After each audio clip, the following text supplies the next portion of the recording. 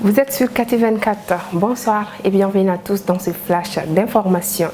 Paix et réconciliation. Ce mardi, le ministre de la Réconciliation, de la Paix et la Cohésion nationale, chargé de l'accord pour la paix et la réconciliation nationale, le colonel-major Ismaël Wagué, a effectué au nom des plus hautes autorités de la transition une mission au camp de réfugiés de Mbera en Mauritanie. Reçu par le préfet de Bassipnou, le ministre l'a informé que l'objectif de sa mission est de s'enquérir de la situation sociale, sécuritaire, sanitaire et humanitaire des réfugiés et aussi singulièrement de recueillir les attentes vis-à-vis de façon générale et en particulier de la part de la transition.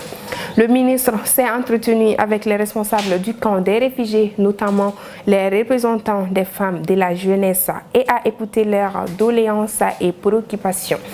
À ces préoccupations et doléances, le ministre a dit prendre bonne note et promis que le gouvernement fera tout ce qui est possible pour y apporter les réponses appropriées dans un climat empreint de convivialité et d'espoir. Le ministre et les réfugiés ont souhaité le retour rapide de la paix et de la sécurité au Mali, condition sine qua non pour le retour de tous les réfugiés.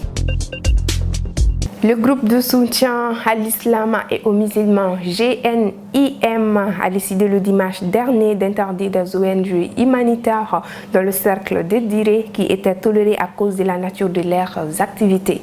Une mesure qui n'est pas sans conséquence pour la population civile déjà vulnérable du fait de l'insécurité. Le GNIM passe à une autre phase de son terrorisme de la population civile. En effet, ce groupe terroriste affilié à Al-Qaïda au Maghreb islamique a organisé une rencontre avec tous les chefs des villages du cercle dédiré de la rive droite du fleuve Niger, notamment le Gourmand.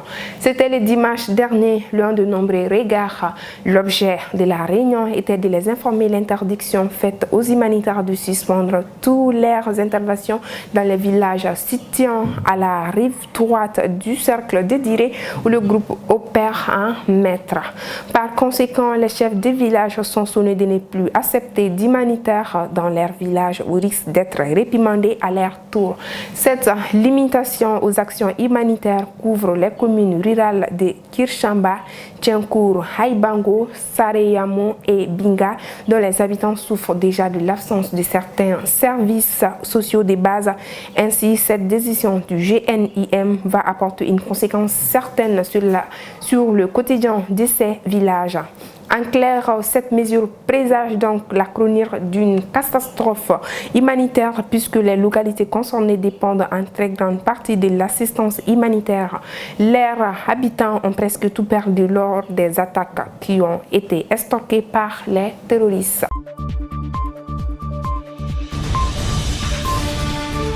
Hors de nos frontières, Burkina Faso, Paul Miki-Rwamba, inhumé au cimetière de Gougué. Le directeur de Omega Media, Paul Miki-Rwamba, 42 ans, a été inhumé mardi au cimetière de Gouin à Ouagadougou. Décédé le samedi 10 septembre 2022 à l'hôpital de Tengadogo, parents, amis, collaborateurs, acteurs du monde de la presse ont accompagné celui dont tous ont témoigné son ouverture, sa sagesse, son humilité et son ardeur au travail à sa dernière demeure. Centrafrique, la Cour constitutionnelle doit rendre une décision très attendue d'ici la fin du mois. Elle doit statuer sur la requête déposée par la plateforme de l'opposition BRDC, Bloc républicain de défense de la Constitution, contre le décret présidentiel créant une commission de rédaction d'une nouvelle constitution du pays. Ses membres sont visés par des manifestations et des menaces qui font peser une pression sur l'institution. Selon l'opposition, les 8 juges de la Cour constitutionnelle vont-ils pouvoir rendre leurs décisions en toute sérénité? L'opposition à l'origine de la requête craint que non. Elle dénonce les attaques et même les menaces de la part de l'organisation radicale contre l'institution pour, selon elle, la contraindre à valider le processus de changement de la Constitution. Jeudi et vendredi, quelques centaines de manifestants portant des pancartes ouvertement hostiles se sont rassemblés devant son siège placé sous la protection de la MINUSCA pour exiger en particulier le départ de Daniel Darlan qui préside l'institution depuis 2017. C'est la fin de ces flashs d'informations. Merci à vous de l'avoir suivi. À très bientôt et bonne suite de programme sur KT24.